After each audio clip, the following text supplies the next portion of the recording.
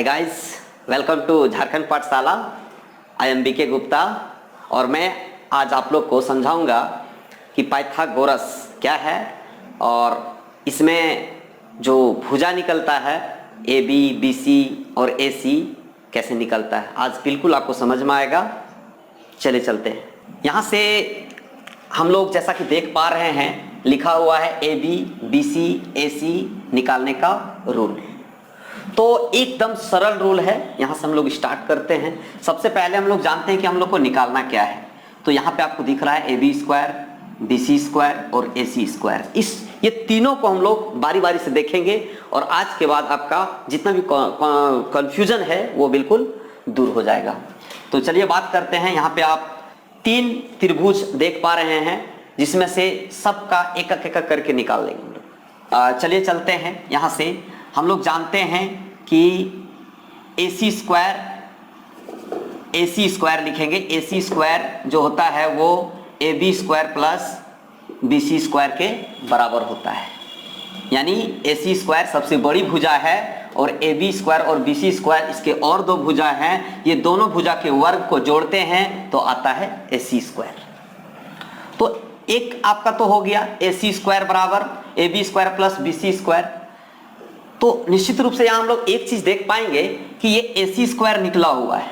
तो ये जो बीच में इक्वल टू दिख रहा है वो जो है, अब हमको ए बी स्क्वायर अगर निकालने का रहेगा तो अब हम लोग ए बी स्क्वायर को इधर कर देंगे, है ना, ऐसे। और ये जो ए सी स्क्वायर दिख रहा है, ए सी स्क्वायर अपने जगह में ही सेट है और ये बी सी को जो है ये साइड उठा के ले आएंगे तो इक्वल टू के इधर रहेगा। यानी कि राइट साइड में वो लेफ्ट साइड में जाएगा तो माइनस हो जाएगा, तो हो जाएगा बी सी स्क्वायर।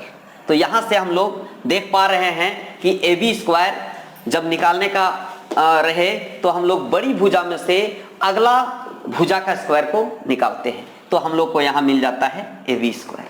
जस्ट उसी तरह से अगर आपको बी सी स्क्वायर निकालना है तो लिखेंगे बी सी स्क्वायर और ए सी स्क्वायर आपको भले इधर दिख रहा है लेकिन है वास्तविक में इसको चेंज नहीं किया गया है, ए सी स्क्वायर ही है। अब देखिए बी सी स्क्वायर प्लस में तो बी सी स्क्वायर प्लस में ही है। ये ए बी स्क्वायर ये साइड जाएगा तो माइनस हो जाएगा और लिख देंगे ए बी स्क्वायर। तो यहां से तीनों निकल गया आपका। ए सी स्क्वायर यानी कि ये निकल गया आपका।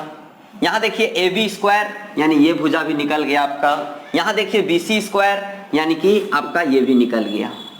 तो तीनों यहां से देख पा रहे हैं कि तीनों जो है भुजा स्क्वायर निकल गया है। इसमें सबसे बड़ी भुजा ए सी है, उसके बाद 2 भुजाएं और है ए बी और बी सी।